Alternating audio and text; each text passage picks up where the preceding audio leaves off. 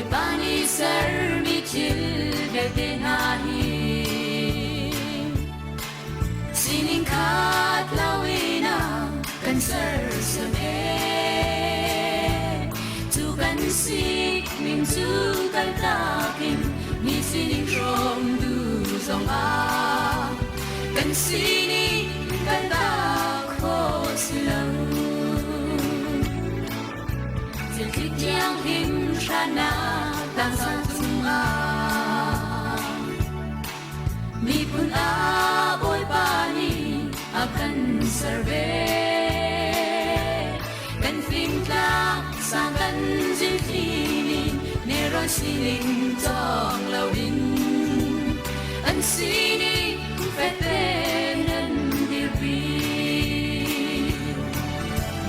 Boy pani a kan ser chỉ tao mi kan nun cùng đi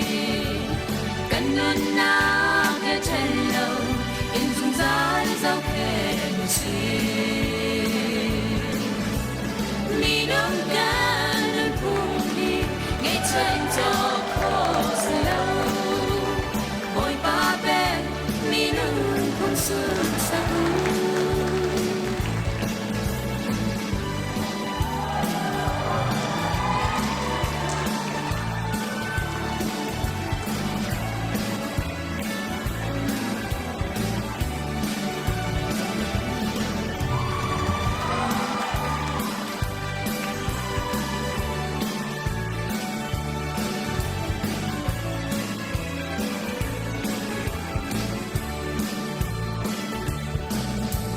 Satu boy na do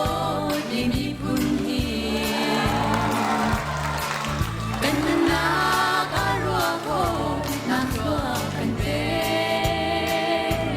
Hi bolay kanun na ta na kan be ni nun punhi Toy san chia mi kun kan sitar Lai ni pun tu boy ba đôi đi gần si Hào van hai lao in gần lang sang tung a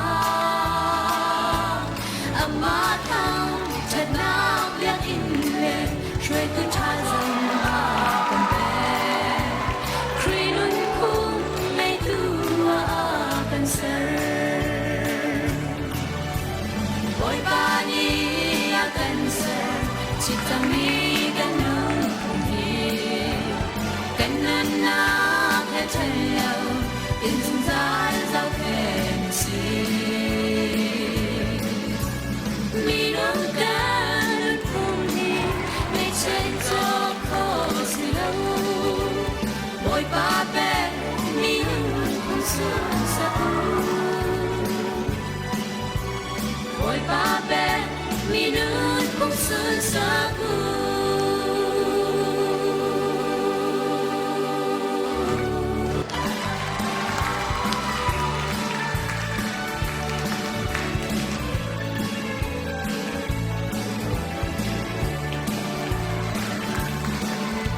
Boy pani ser mi chil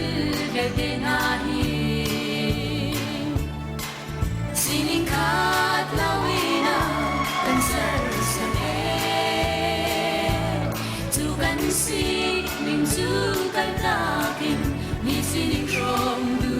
zong a Kan sining kan ta kho silang Zil tik yang him shana tang sang tung a Mi pun a boy pani a kan serve